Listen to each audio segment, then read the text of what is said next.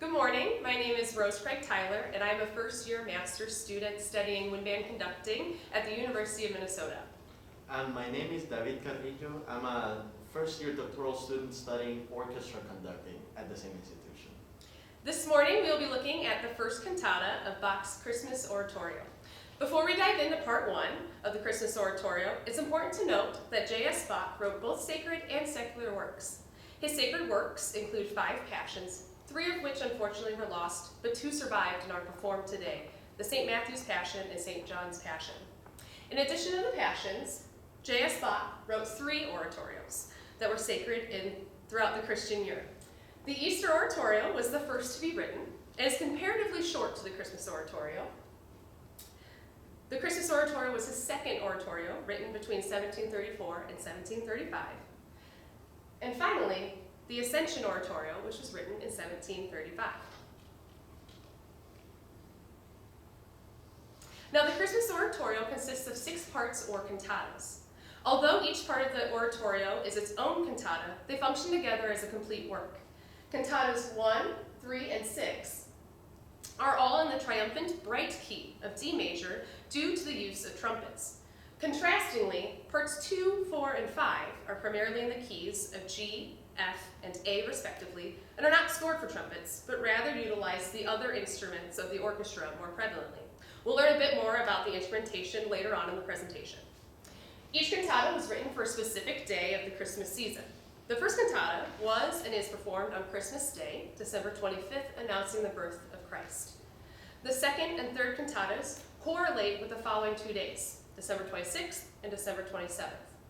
The fourth cantata, the Feast of the Circumcision, is performed on New Year's Day.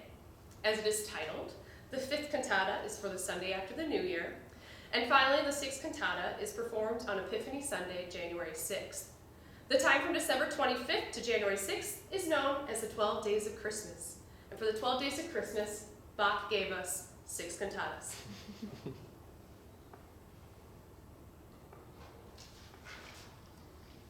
There's a number of very interesting approaches to Bach's writing. And one of the most fascinating to me is the use of different instruments to portray different emotions and different dramatic scenes. So I would like to quickly go through some of Bach's instrumental choices. Here we have the Baroque flute, very different than the modern flute. Today's flute is a really powerful instrument that projects all the way from from where the flute is sitting to the end of the hall. But this wooden flute is actually a lot warmer in tone and has a slightly smaller sound, but it's a really beautiful instrument.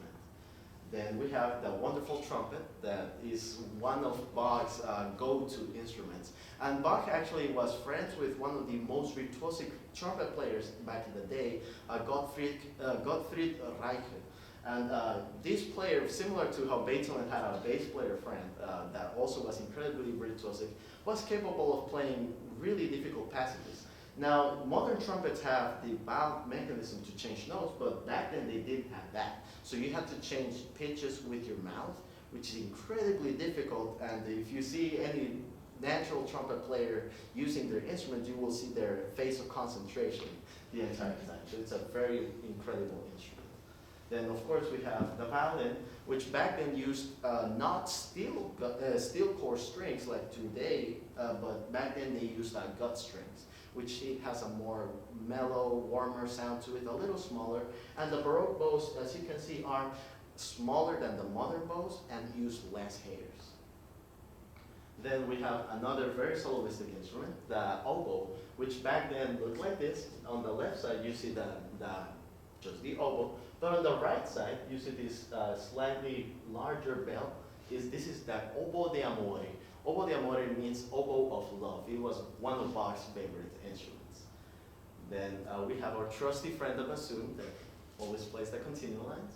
And we have in this picture the normal oboe, the oboe de amore. And what is this weird contraption instrument? This is called oboe da caccia. Oboe da caccia translates to hunting oboe. Caccia means to hunt. So this instrument, as you can see, we used to be played this way. This contraption at the end amplifies the sound so that the hunters could communicate using this instrument over long distances. Then we have the corno da caccia, which is also hunting horn translated into English.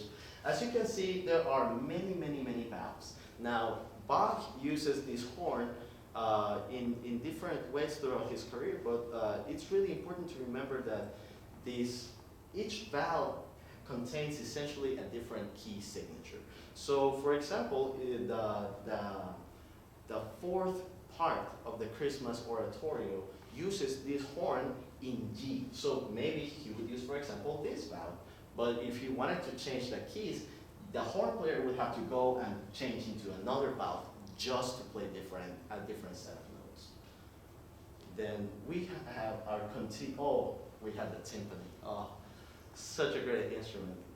Wooden mallet, so very percussive sound. And each drum used one singular note. It was tuned only to one pitch. So that's why players would use set of two timpanis so that they could have the root, fundamental note of the key and the note, the fifth above. Now we have our continual instruments, the harpsichord, which is essentially a work of art in and of itself.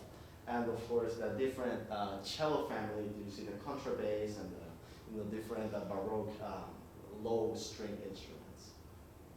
Then we have perhaps Bach's favorite instrument of all, the organ, where he spent so much time during his life performing. You can see this is an organ that is quite massive, which was common in Germany during the Baroque. And you have 3 sets of keys as well as the foot pedals, so that you can do all types of orchestral sounds and all types of different effects to create multiple textures. So now that we went through all of these instruments, I'd like to point out exactly what Rose was talking about. That instrumentation for each different key is different. So the key of D becomes a key of large instruments, of trumpets. It uses the entire forces of the ensemble, while the other keys have much smaller instrumentations for a more intimate experience and telling of the narrative. So the part 1 of the Christmas Oratorio, the first cantata, contains 9 movements. We have the opening chorus, then we have 2 evangelist movements that we'll look at more later, and then we have a recitative, 2 arias, and then 3 chorales to get us to our 9 movements.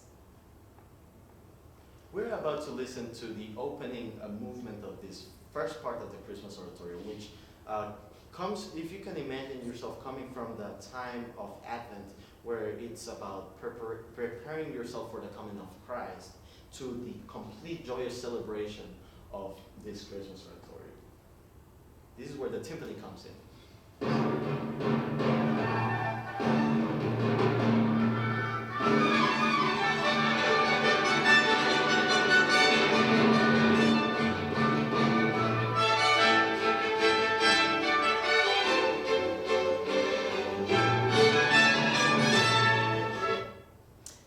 The opening 4 notes of the timpani that you just heard, dum, dum, dum, da, dum, is one of the most recognizable from the Christmas Oratorio, and as I've been told, people blast it at home in the Christmas season. The opening outlines the interval of a perfect fourth, and this interval is used throughout the cantata and is brilliantly employed to create a sense of excitement as it signals the arrival of Christ. The perfect fourth is associated with trumpet fanfares and celebration, and this connection is clear in many compositions. The following examples I'm about to share are not necessarily inspired by one another, but shows the power of the perfect interval and its appeal to composers. So other notable perfect fourths that you might remember are Hark the herald angels sing, starting with that same perfect fourth. And then we have O come, all ye faithful, again another perfect fourth, and perhaps the most familiar, Here comes the bride, another perfect fourth, in that case signaling the arrival of a bride, not Christ. But throughout the entire first part of the Christmas Oratorio, 6 movements actually begin with that interval of the perfect fourth.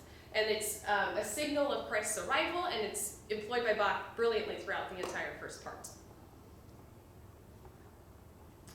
As you mentioned previously, of the 9 movements, movements, two of them are evangelist movements. Those are solo recitatives written for a tenor voice.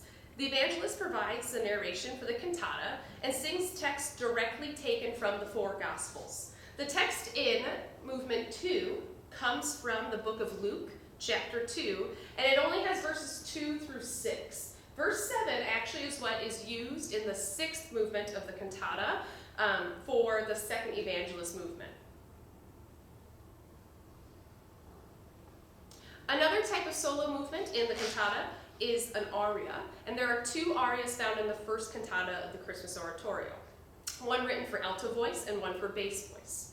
In movement 4, the alto aria is scored for oboe d'amore, violin, and the continuo, and features a fun call and response between the soloist and orchestra.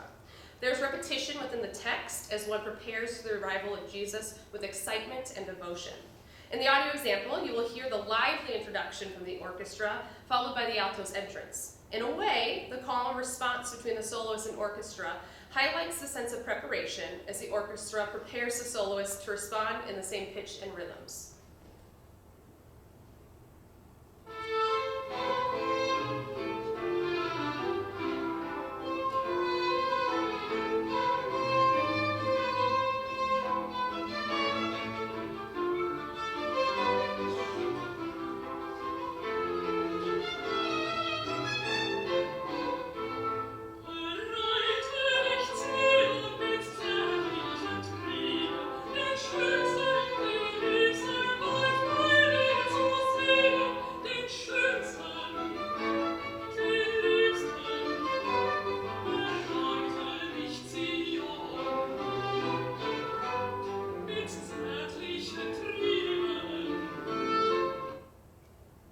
The second aria is written for bass voice and has the use of the trumpet. So going back to what David said about the instrumentation, the text of the second aria is "Mighty King of all creation, dearest Savior." It's big and it's exciting and it's talking about Christ as King. And you'll hear the trumpet set up the soloist in this aria in a very brilliant, exciting, and bright way.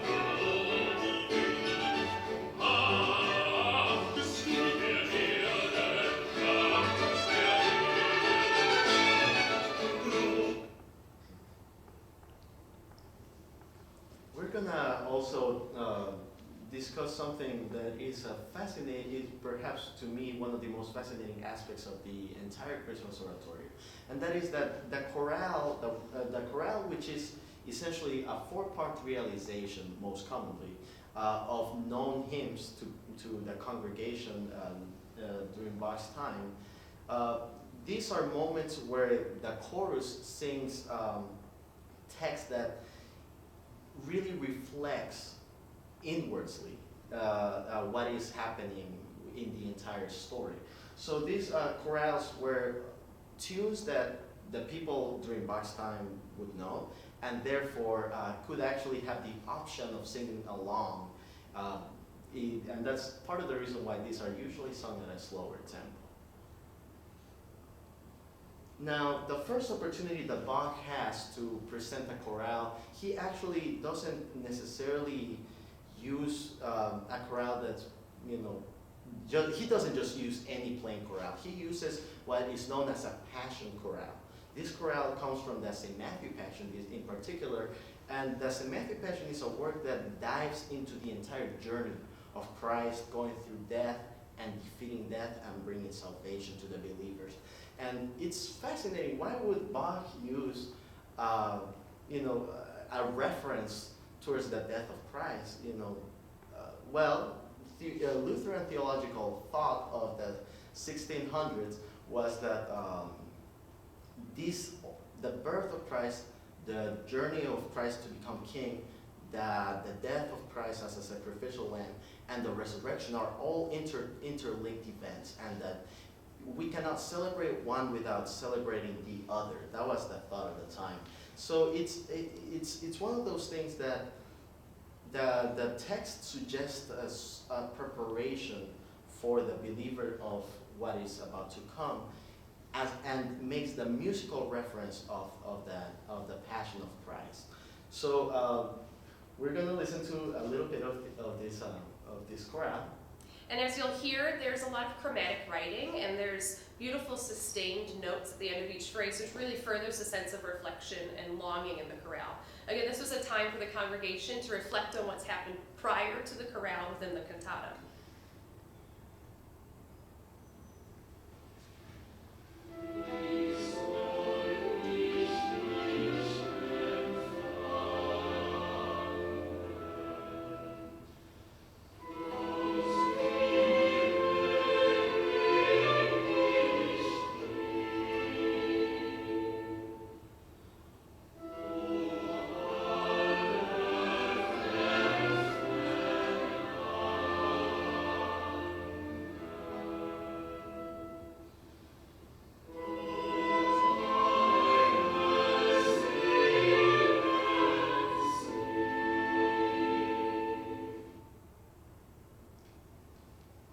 It's absolutely fascinating, the many challenges that it takes to perform all of this music by Bach. Now, modern performances of this are very different than performances back in the 1700s and earlier, because we no longer use the instruments that we just showed you. We have modern flutes, modern violin, modern trumpets, modern everything. And even the choir sizes are different now than they were back then. Some people even go as far as to say that Bach might have had one person per part singing in the choir, which is absolutely astonishing. So the preparation that it takes for the performer is not just physical, it's one of deep research and commitment to the attempt of getting as close as possible to the musical intent of Bach and any person that is no longer here for that matter. So I hope you really appreciate the level of effort that people make in order to get to the heart of this music, because it's really, the idea is that we trust Bach to be his own most accurate and profound interpreter of his own music. So we want to get as close as possible to where he was. Before we conclude our presentation, we would like to take a look at the final chorale. By the end of the first cantata, the final chorale brilliantly brings together a variety of elements that we previously discussed. The triumphant key of D major returns with the trumpets, full orchestration, and all the voices singing the good news and signaling the birth of Jesus.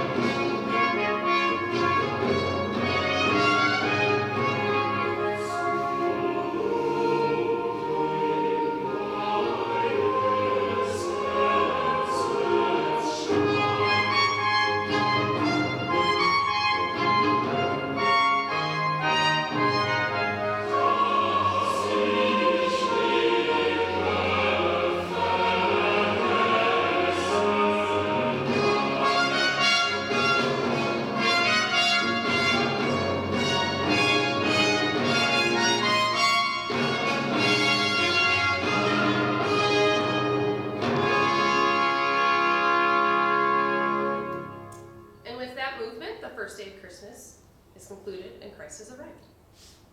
Thank you.